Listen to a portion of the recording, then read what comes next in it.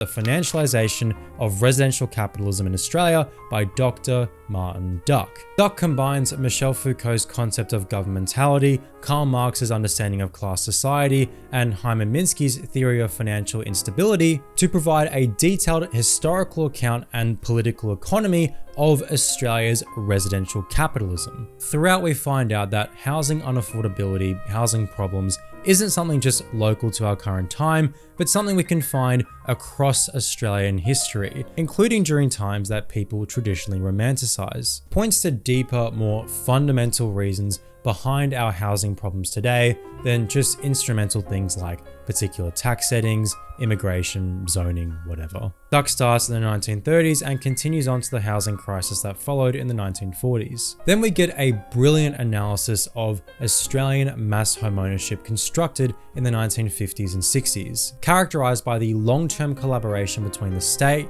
finance capital, and construction capital. What's really interesting and pivotal is that Duck shows that it's not just the goodwill of politicians or the benevolence of elites that delivers particular policies. Rather, the political projects like that of Menzies were motivated by the spectre of class conflict, of communist-led unions potentially engulfing Australia in a class war. Today, many on the left treat the public provision of home ownership back then as a noble, social democratic initiative that we ought to return to. But Duck correctly situates it in its historical context, a counterattack designed to augment class relations, and therefore stymieing any revolutionary potential in the Australian working class by transitioning a propertyless proletariat to a propertied proletariat. Duck then provides an excellent analysis of the financialisation of this residential capitalism. During the period of vanguard neoliberalism that we were talking about before with Humphreys,